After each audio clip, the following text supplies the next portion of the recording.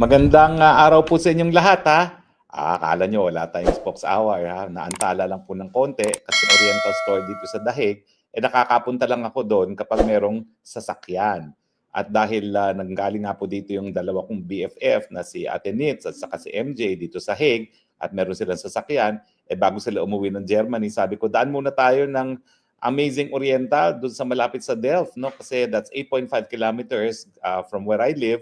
At kinakailangan na medyo isang oras ang biyahe by tram kung ikaw ay magpa-public transportation. No? So, ang ginagawa ko, talagang naghahanap ako ng paraan para makapunta dun sa pinakamalaking Oriental Store. No? Alam mo, nag-aral din ako sa Amerika, nagturo rin ako sa Singapore, at saka nanirahan din ako, nag-aral sa England.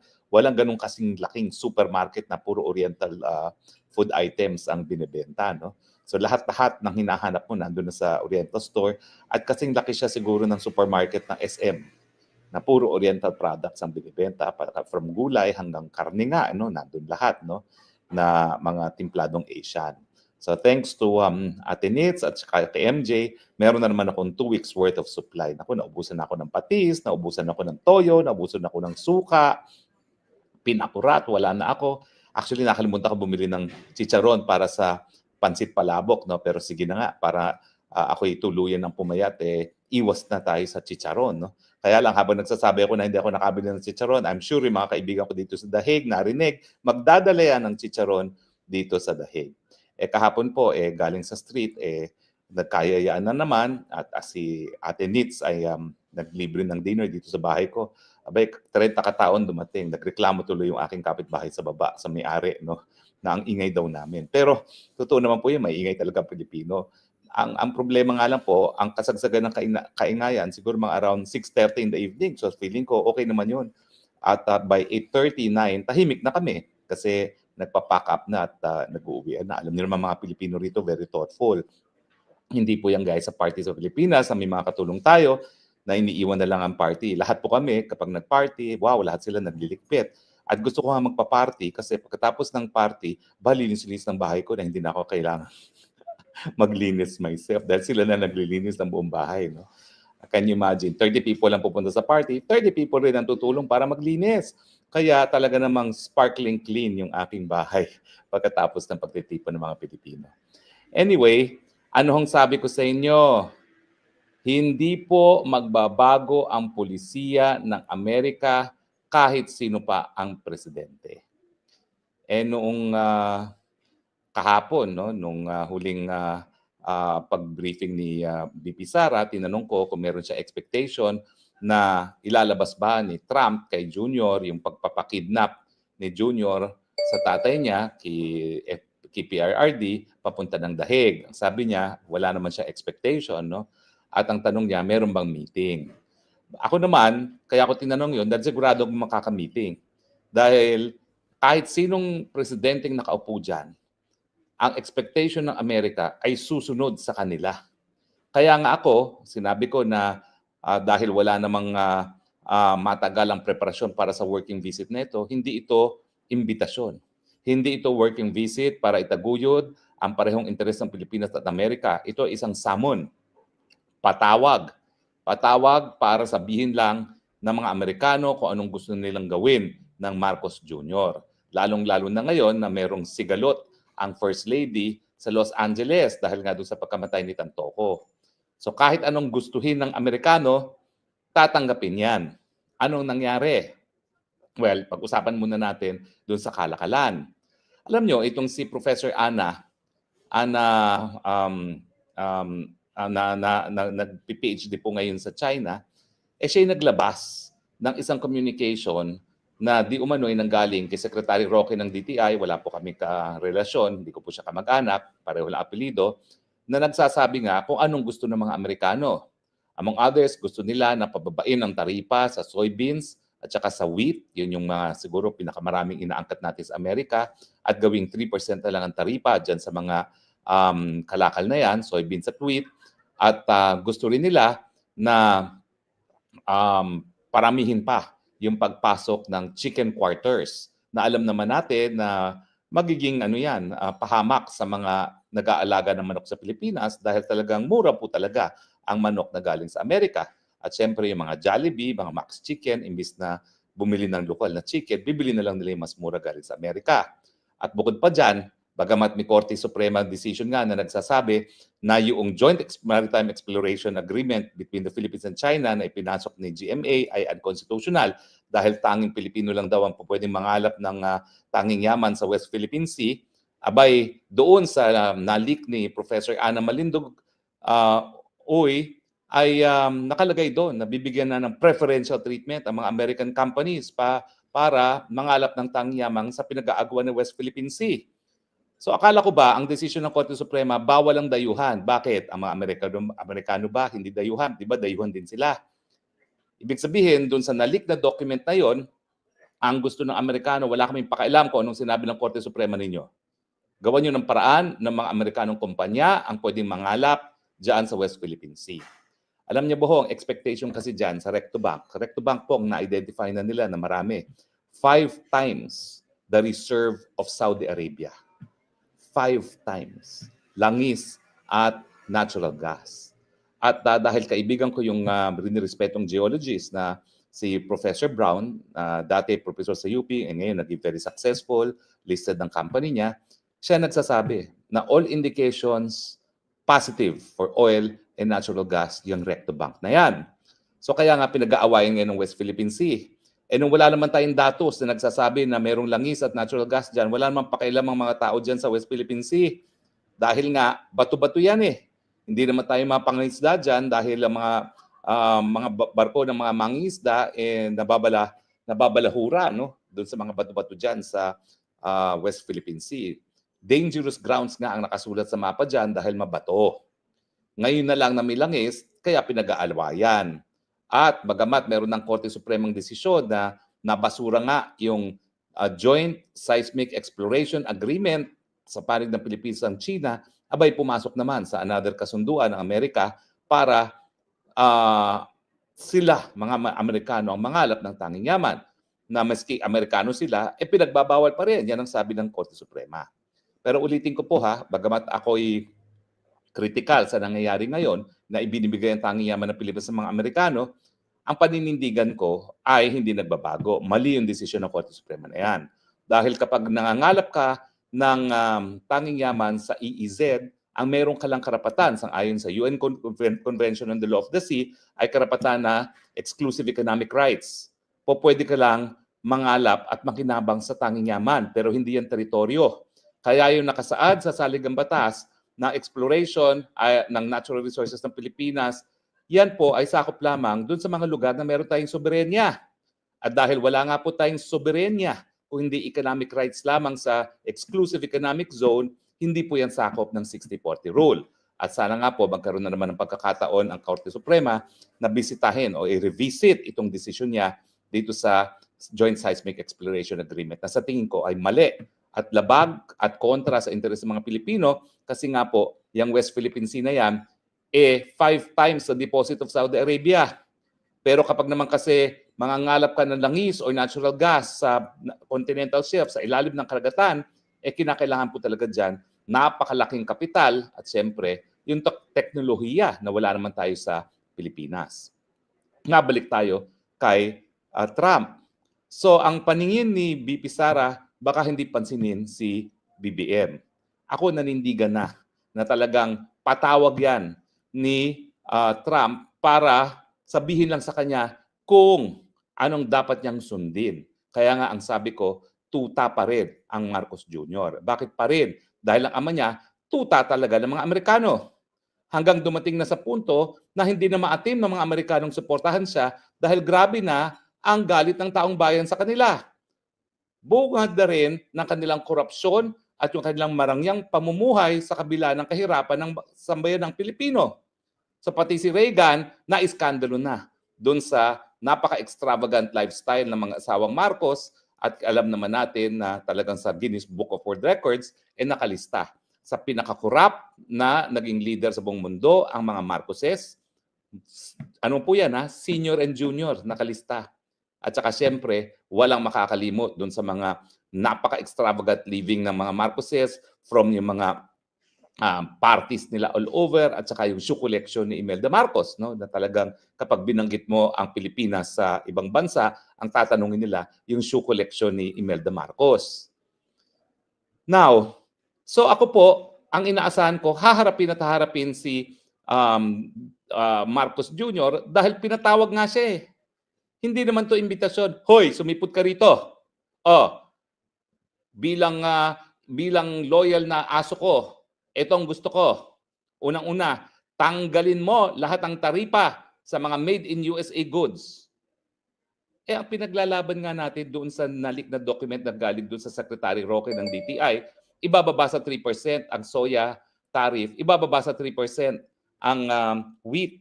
At sa tingin ko, 3% na rin ang ilalagay doon sa chicken leg quarters. Ngayon, zero. At hindi lang yan. Zero tariff sa lahat ng mga produkto na manggagaling sa Amerika. Anong sabi ko sa inyo? Bakit ba tayo binili ng mga Amerikano? Sa mga Espanyol? Unang-una sa lokasyon natin. Dahil tayo ang pinakamalapit na malaking isla sa Asia galing sa Amerika. Dahil lang nagse-separate sa Amerika at ang Asia ay ang Pacific Ocean. So tayo yung launching pad nila papunta ng Asia, at noon pa man, panahon pa ng mga Espanyol, alam na nila na China is the country to beat in the future. At alam din yan ng mga Amerikano. At hindi lang naman China talaga importante. Nandyan talaga yung Southeast Asia na isang ancient civilization, at nandyan din talaga ang India. Pero tayong entry point to Asia galing sa Amerika. Dahil pag ikaw ay maglalayag galing Amerika, gamit ang barko sa mga panahon na yon at hanggang ngayon sa mga eroplano, talaga namang pong ang unang-una mong makikitang bahagi na malakihang lupain sa Asia ay ang Pilipinas. So, importante ang Amerika kung gusto niya magkaroon ng foothold sa Asia, lokasyon. At ngayon, pinagsasamantalahan na ng mga Amerikano ang pagiging asong sunod-sunuran ni Marcos Jr., pinarami na ang mga EDCA bases natin, at kung maalala nyo, yung isa pang maka-Amerikanong Noynoy Aquino ang siyang pumayag na magkaroon ng EDCA matapos na yung makabayang Senate President Jovito Salonga na aking kamag-anak ay gumawa ng paraan para sipain na yung mga Amerikano sa ating teritoryo dahil ang pananatili ng mga base militar ng Amerika ay yan po ay labag sa ating soberenya, labag sa ating estado bilang isang independenteng bansa dahil yung mga base militar na yan talaga namang linagay ng Pilipinas sa Pilipinas mga Amerikano dahil yan ang dahilan kung bakit binili nila tayo. Para magkaroon sila ng mga base militar, para magkaroon sila ng malakas na presensyang militar sa Asia. At ngayon nga, hindi sila pumapayag sa patuloy na paglakas ng China at ang nais nila gamitin ng ating bansa para maging unsinkable warship laban sa China. At kaya nga po napapabalita na bukod pa doon sa daragdagan pa ang dinagdagan ng mga base militar ng Pilipinas na pinagagamit nating libre sa mga Amerikano para mag-preposition ng kanilang kasundaluhan at kanilang mga sandata, dadagdagan pa yan at magbubukas pa ng arms munition factory dyan sa Subic. Yung pinakamalaki nating export processing zone na inabando ng mga Amerikano nang pumutok ang Bulkan Pinatubo at pinausbong naman ng mga Pilipino dahil sa ating determination na umunlad. Lahat po yan matitigil dahil sino mamumuhunan sa isang lugar na mayroong arms factory na alam nila na ang kalaban ng Estados Unidos ay uunahing titirahin yan. Kung ikaw ba ay Taiwanese investor, miski ikaw ay maka-Amerikano, mamumuhunan ka pa ba dyan? At siyempre, kung ikaw ay China, bagamat siya ang pinakamalaking namumuhunan ngayon sa ating rehiyon, sa Southeast Asia, namumuhunan ka pa ba dyan sa gitnang Luzon, Central Luzon, kung nasaan ang Subic, knowing na talagang tatargetin ng China kapag narariyan yung arms manufacturing facility ng mga Amerikano. Unang-una po yan. Dahil ang mga Amerikano, nung binili tayo, kinakailangan nila ng foothold, entry point to Asia, at yan po'y napatunayan na sa kasaysayan. Dahil talagang matapos tayong masakot ng Amerikano, naglagay sila ng mga base militar na hindi na umalis. Napaalis lang yan ang panahon ni Senate President Jovito Salonga at ng mga senador na bumoto na itigil na ang US-Philippines Military Bases Agreement na ibalik sa panahon ni Noynoy Aquino at lalo pang pinausbong ni Marcos Jr. Pangalawa, Bakit tayo binili ng mga Amerikano? Dahil kinakailangan nila ng merkado para sa kanilang mga magsasaka, para sa kanilang mga factory workers. Kaya nga po tayo mga Pilipino, ang gusto natin apples and grapes, hindi mangga. Kasi kapag kumakain tayo ng apples, kumikita yung mga magsasakang Amerikano nagtatanim ng apples at saka ng grapes. Di ba po? Hindi lang yan. Dahil ang Amerika pa rin, napakalaki pa rin ng kanilang agriculture sector at napakalaki ng subsidy na binibigay nila sa kanilang mga magsasaka, yan nga po ang pangunahing supplier natin ngayon ng manok, baboy, at baka. At siyempre, yung trigo at yung soya beans. Hindi lang na yung pong nangyari eh. Binuksan pa, ang sabi ni Trump, ay nako, hindi ako kontento sa 3%. Tanggalin lahat ng taripa sa lahat ng produkto ng Amerika. Abay, buti sana kung nag-reciprocal o parehong treatment ang gagawin nila sa mga produktong Pilipino na wala na rin taripa. Hindi!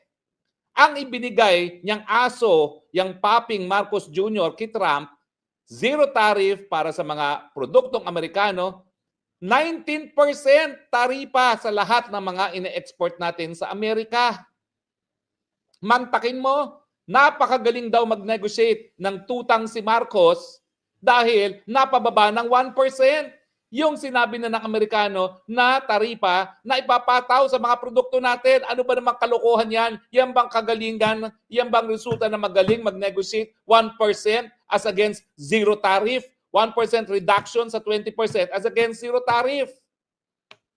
Di ba kalokohan yan? Kaya nga sinasabi ko sa inyo, hindi imbitasyon ang nangyari. It is a summon para sabihin lang doon sa tutang Marcos Jr. kung anong gusto ng mga Amerikano. Hindi po magbabago ang pangnasyonal na interes ng mga Amerikano kahit sinong umupong presidente dyan.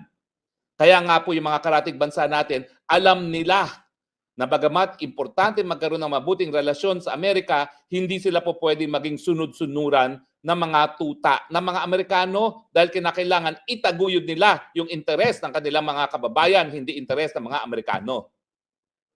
At siyempre, bagamat ayan na nga po, bagong kolonyalismo na naman ang nangyari sa panig ng Pilipinas at Amerika, zero tariff ang made in USA, 19% tariff ang made in the Philippines, ano mangyayari? Well, unang-una, patay po ang ating mga magsasaka.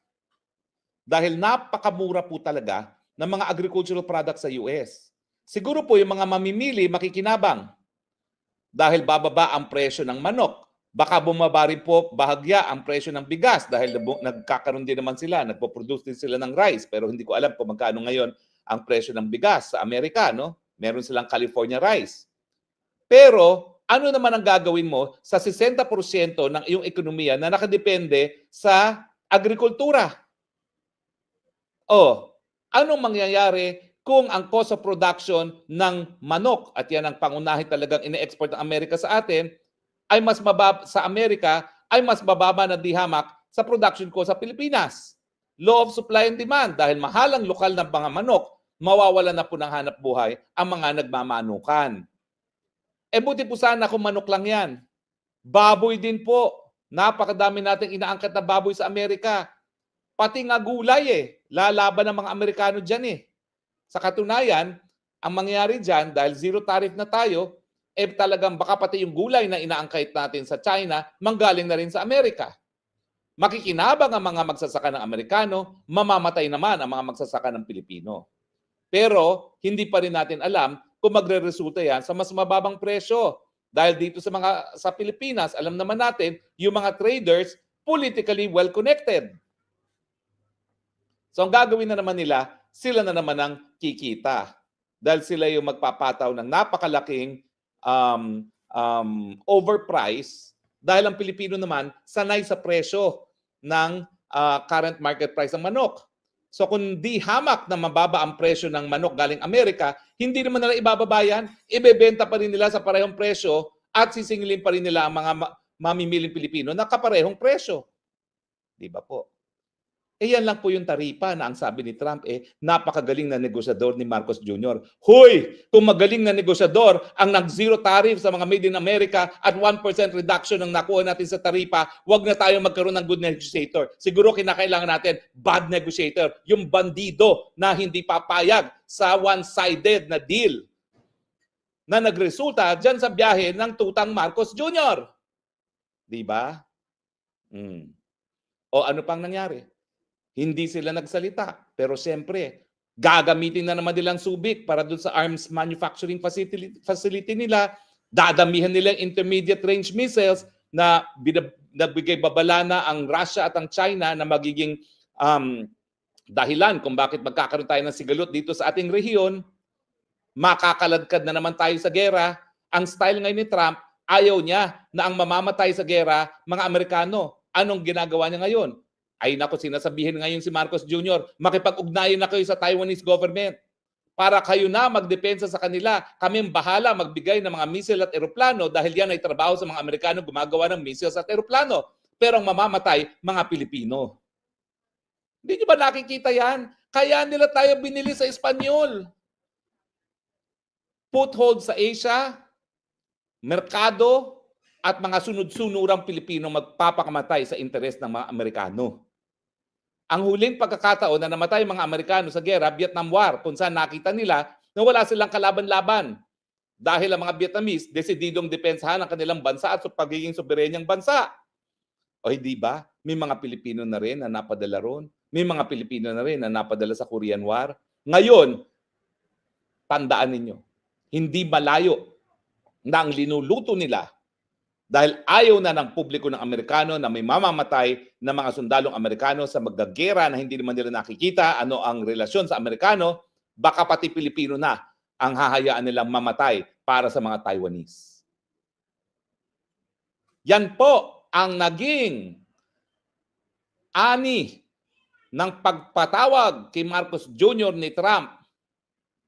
Dihadong-dihado na naman ang Pilipinas pagdating sa kalakalan, dihadong-dihado ang Pilipinas pagdating sa ating seguridad, dihadong-dihado ang Pilipinas, full stop.